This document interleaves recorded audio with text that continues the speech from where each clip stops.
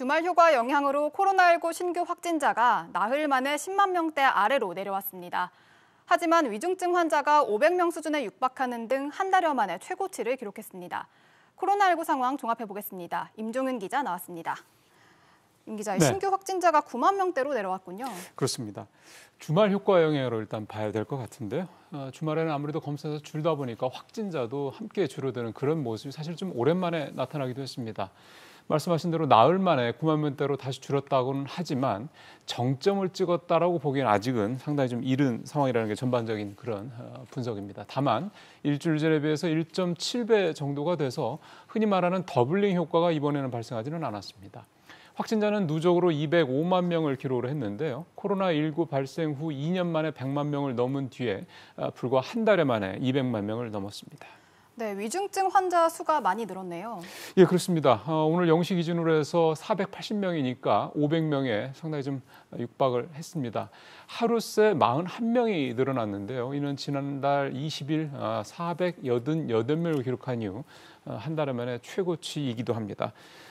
표에서 좀 확인이 가능하십니다. 1월 말에 한 200명대 수준이었다가요. 지난 19일에 400명대로 넘은 뒤에 이제 계속해서 급격하게 늘어나는 추세가 나타나고 있는데요.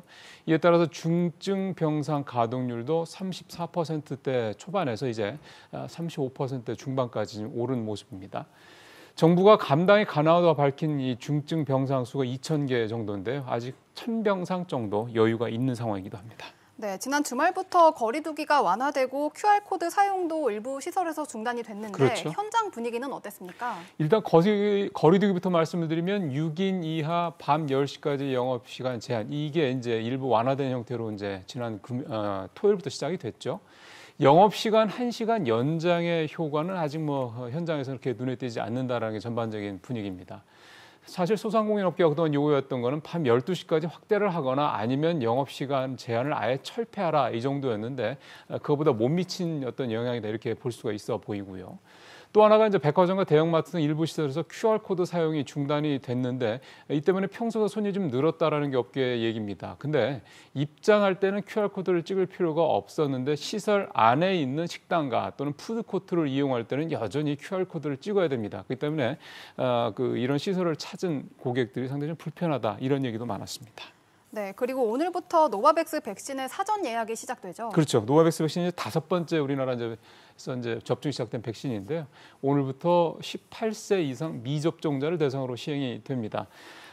우선 미접종자를 대상으로 1, 2차 기모 접종이 중심이 되고, 그러니까 아예 접종을 안 맞은 분들이 이제 대상으로 중심이 시작이 되고, 그다음에 이제 1, 2차를 맞긴 했는데 의학적 사유 때문에 3차 접종을 하지 않은 분들도 상당히 좀 계시죠. 이런 분들 같은 경우는 의사의 소견을 받아서 이른바 교차 접종도 하실 수가 있습니다.